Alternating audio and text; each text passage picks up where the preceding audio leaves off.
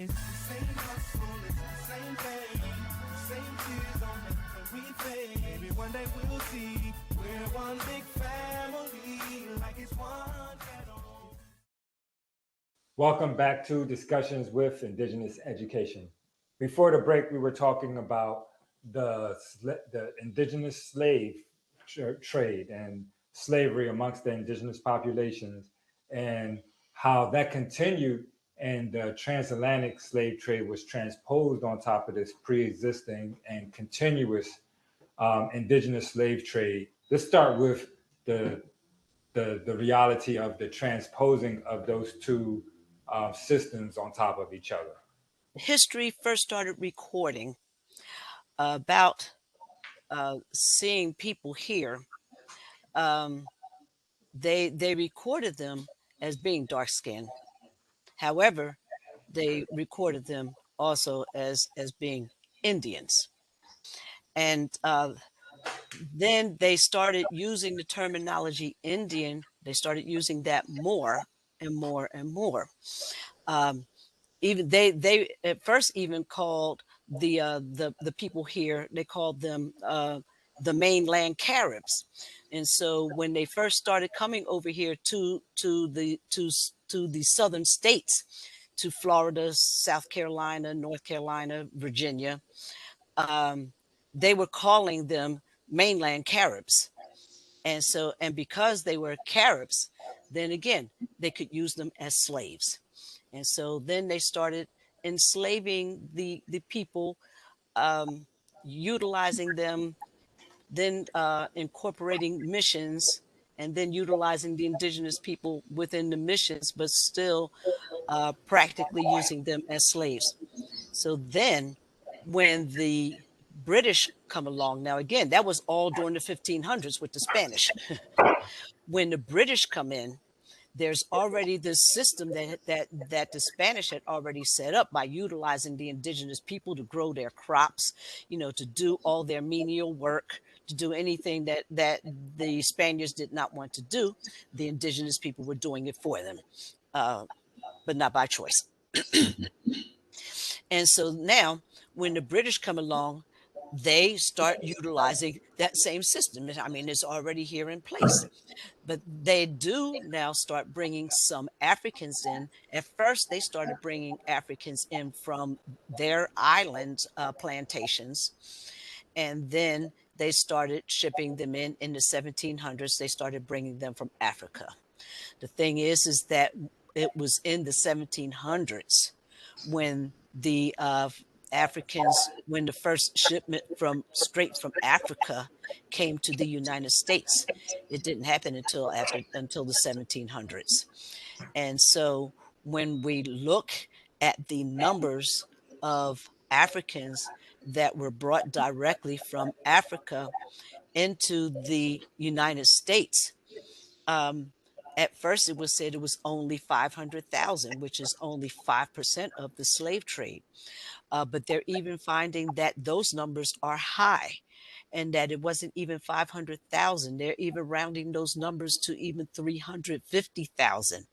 And that is during the entire slave trade. But so now we're still talking about from the 1700s to 1860. So we're And still, and we're not not really, really. and not really even all of that time, because slavery was outlawed. But that again, that's another discussion. Well, not well. You know what? I like to add a few things in. Okay, so again, we're talking about Ponce and the Ponce, de Soto. That's 1500, Mm-hmm. and you brought us all the way to British colonies in the 1700s before they started bringing the African slave directly to mainland America, mainland United States. Mm-hmm. And again, I'm going to just add in. Well, you said it was roughly 5% or less, right, of the total population. And again, they in slavery, African slavery was outlawed in early 1800s. What 1808. 1808. And so the colonies weren't even allowed to bring in the African slaves. They weren't allowed to. It was illegal. I'm not saying they didn't, but it was illegal for them to after 1810, let's say. Roughly only 100 years of direct importation from Africa into the Americas, and however, we have this huge slave population that exists within side of mainland United States, with the historical reflection that these people are not African. However, I'm going, and this is why I wanted to discuss this part of it.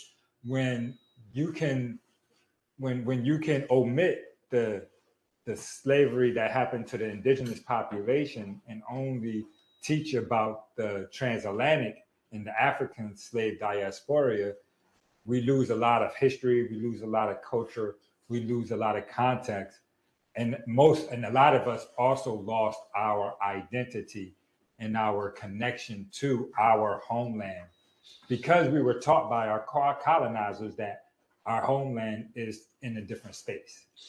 Yes, but see, and they even know because they wrote it in their journals that that the coastal tribes, and again, most of these coastal tribes, they were of a Negroid stock, and they have it in their books that the coastal tribes have been completely absorbed into the Negro race. Mm-hmm.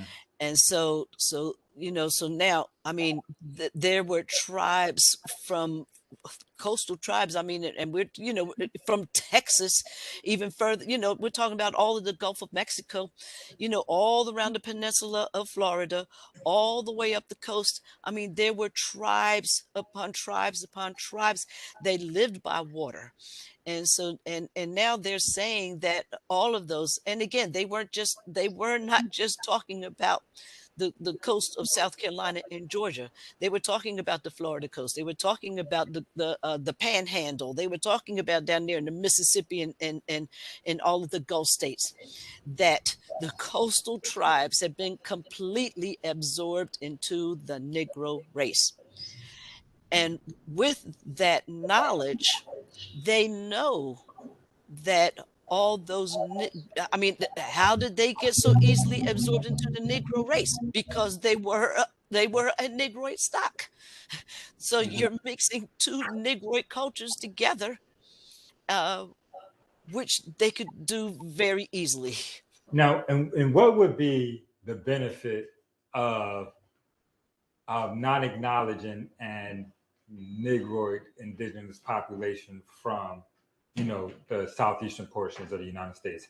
How would the system have benefited from that erasure or that omission? Well, in doing that, they were able to get the land. Mm-hmm. And the land is what was the most important thing to them.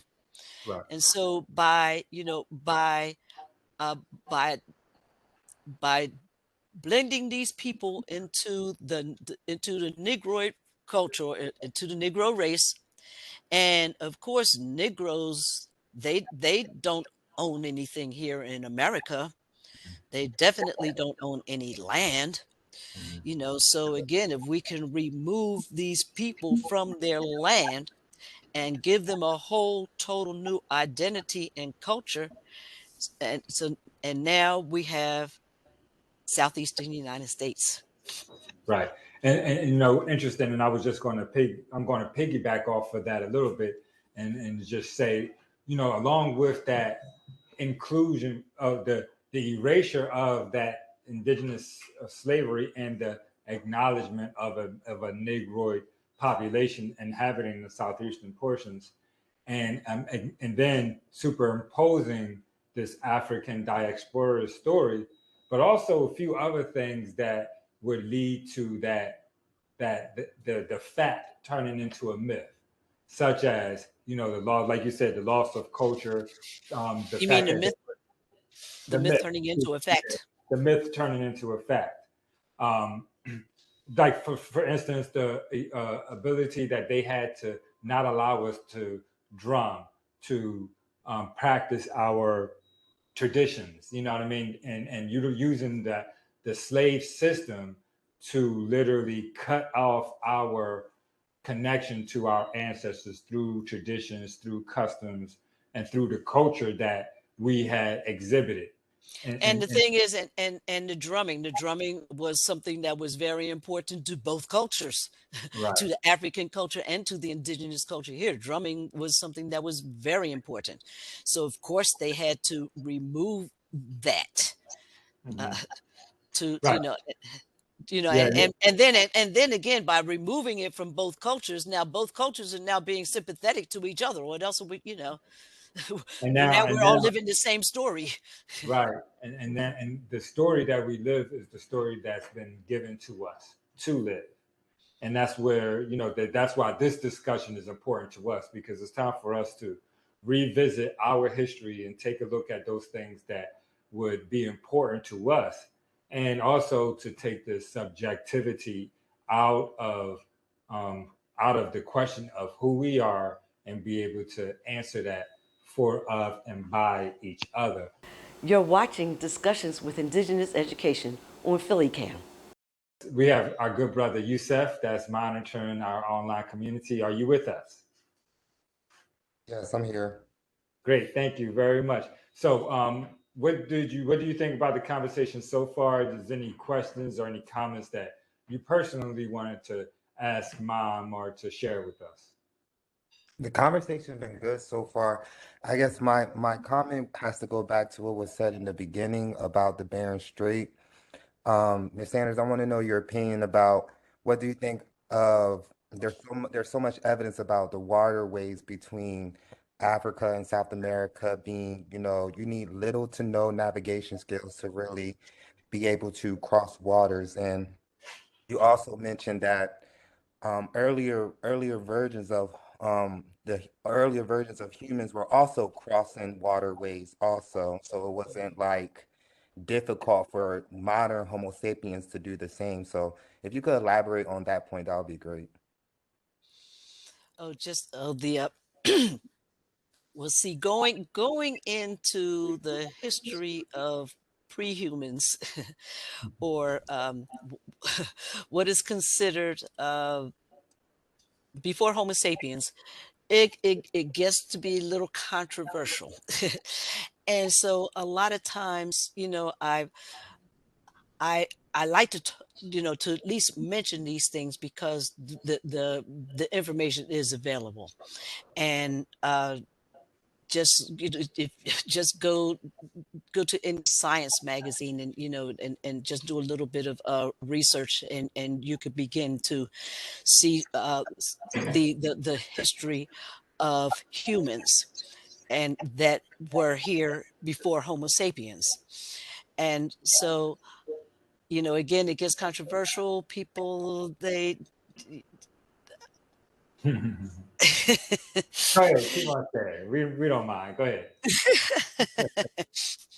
well, it's really something that we really should not be afraid of, because I mean, it is the history of humans, which began when animals when they were able to stand up on two legs and walk on two legs. And so they said that that is the beginning of what is considered humans. Now, again, this is millions, over maybe 10 million years ago. But again, it was way after Pangea.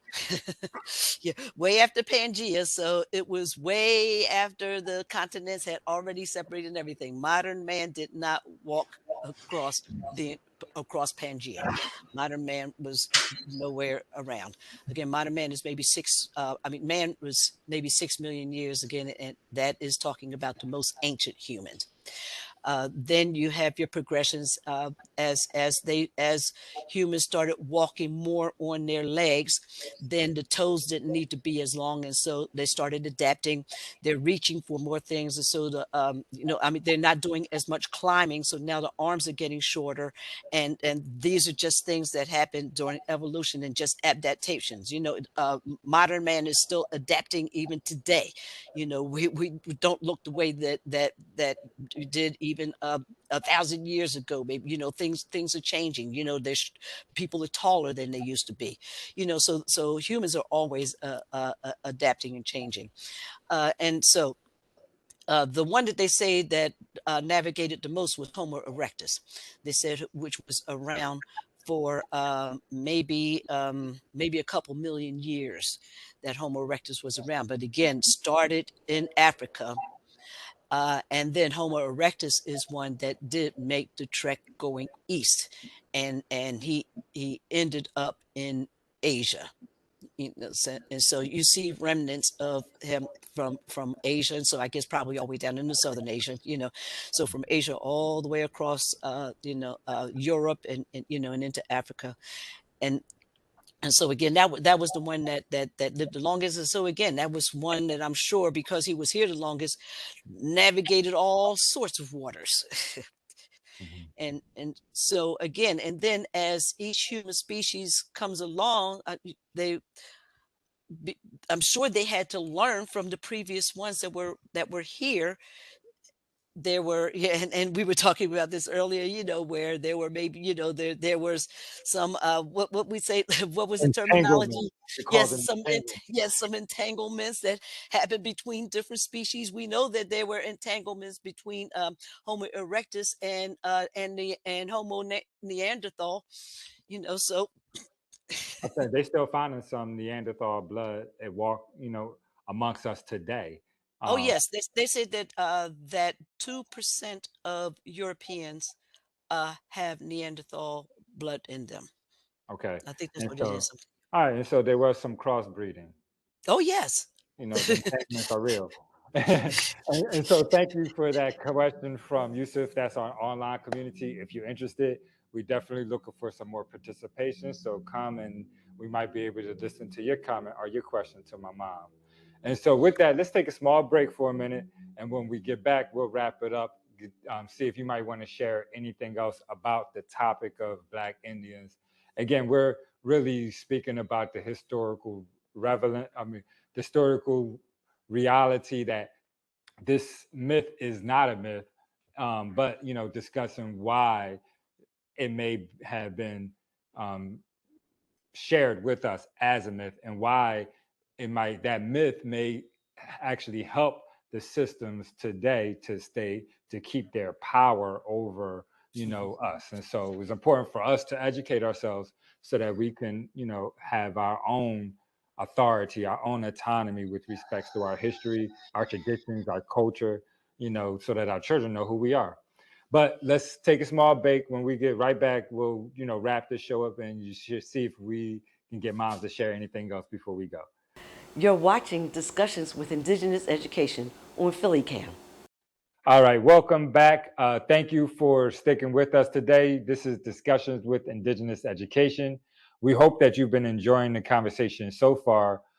We ended it, again, speaking with respects to the reality of what was happening here in Americas, why it's important for us to know that these things were occurring, and why mainstream, education systems and history may have left some of this stuff out, particularly, Black Indians and the propaganda that has been organized around that idea, right? And turning us into myths, and that we have to literally fight for recognition of our identity, but also recognizing it's a new day, is a new time, and as we are allowed to be who we are, as we speak and as we share our history, we're hoping that this information that we share with you will reach you, and so that you can consider some of this information for you and yours. It's really important when our colonizing system has educated us. It's time for us to start to educate ourselves. And with that, let's get back to, again, my mom and I was talking about, we were talking over the break about why some of these things are so important. And I guess where did we want to leave off? Where did we leave off? Well, before we were talking about how Black Indians have been totally absorbed into the Negro race, Yeah. and again, them in the history books not recording it in that manner, Mm-hmm. where we don't see anything about how Black people were even Indians at all. We never see that. And Mm-hmm. so again, so it's very important for us to readdress the history. Believe me, it's there. We just haven't been exposed to it. And And the thing is that now it is very, very important because we know that they're trying to change things. They're trying to label our history critical race theory so that now they won't even have to even address anything that is pertaining to our history. So that is something that is very, very important that we really need to address quickly before, because if they get in charge, then that's the erasure of our history, or the continued erasure of our history. maybe the completion of it. The completion of the erasure of our history, right? I guess this would be the last opportunity we have as a collective group to, make the world population aware of, what happened here and how the colonies were able to be so successful, including the rape and the pillage of our women and that stolen information. Let's talk about that for a minute, if you don't mind. And we're talking about the reality that they're mislabeling our history as critical race theory, and then with that labeling is literally not being able to be allowed to be used for educational purposes, right? And so large segments of the United States population won't even acknowledge its existence, right? It's fraudulent information as far as they're concerned. But when you look at the historical relationship of propaganda, colonizing systems, and the effect that it has had on indigenous populations all around the world, it's the same effect. Lost identity, lost culture, lost traditions, and then this ongoing and continuous fight to even be acknowledged and identified. Did you want to? I mean, I know that's a lot, but Well, and yeah, people are fighting yet to this day for this recognition, and even though they're coming forward with these facts, I know that there were Cherokee Indians and some Creek Indians also that, well, I know the Cherokees in particular that have been fighting for their recognition, and they want to keep them labeled as freedmen, and as long as they're labeled that, they are not considered to be a full-fledged member, because within their bylaws they have it where freedmen were not full-blood members of the tribe, even though many of them were. So there's just so many ways that Black Indians just got written out. They got written out by laws, by making laws, by saying who could be considered to be an Indian and who couldn't be considered an Indian. And the thing is that they made laws that if you were a Negro, that you couldn't be an Indian. And even though you could have been 3/4 indigenous. Well, But even though they were using the term Negro to identify the indigenous population when they first started. Right, because yes, and again, two Negroid populations, you put them together. A Negro is a Negro. So what? Yeah, which Negro were you talking about? Were you talking about the indigenous Negro, or were you talking about the African Negro? But it doesn't make any difference anyway, because right. And again, I was thinking, my moms and I, we've been doing this for a long time, and before the term critical race theory, right, we were discussing how they were changing the term Negro, and they were changing it to African, and how that even changing the term Negro to African in historical books changes the identity of that population, because again, that population was not necessarily African. And so it's this huge propaganda system that has been put in place, and particularly an umbrella placed upon our community, to where as though if you're Negroid, then you have to be an African. And if you don't acknowledge your Africanness, then you're turning your back towards your ancestors and things like that. when in actuality, we're saying, no, we're going to embrace all of our ancestors. Let us share this larger story, particularly with our community as the Black community, and showcase how colonizing systems have manipulated and distorted facts in order for them to keep control over our land, right? And so now we got large city populations with large ghettos, right? And communities. We don't care about the trash on the street. We don't care about the education that we're getting in the local neighborhoods. We don't even care about whether it's food being grown within this, half a mile square area, because we don't have any attachment to the land because, it's been taken away from us. And so that's why this is important for me. Yeah. I thought maybe you might say why it's important for you. Well, I just said just the education part of it is the thing that is important for me. It's important for me for people to know. And there is so much of this population here in the Americas that just don't know their history, and then are being taught that you should only accept this one particular history. And so again, it's important for for us to be whole. How can we be whole if we only know part of our story, and able to embrace our entire story? We learn this history, and the thing is that we will find out that we're not denying any Africanness, because we've already stated that that's where humans came. They came from Africa over here. So the original indigenous Americans were Africans, and then, you have the mixture, you have all of that, but again, and then Africans never stopped coming over, and then there's even stories about,